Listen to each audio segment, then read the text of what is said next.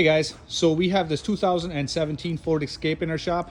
The issue that we're having with this vehicle is a misfire under load around 3,000 RPMs.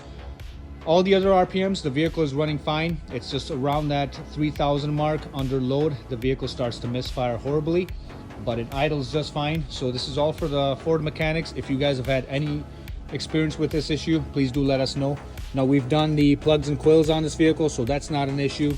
It's not losing any coolant or anything like that.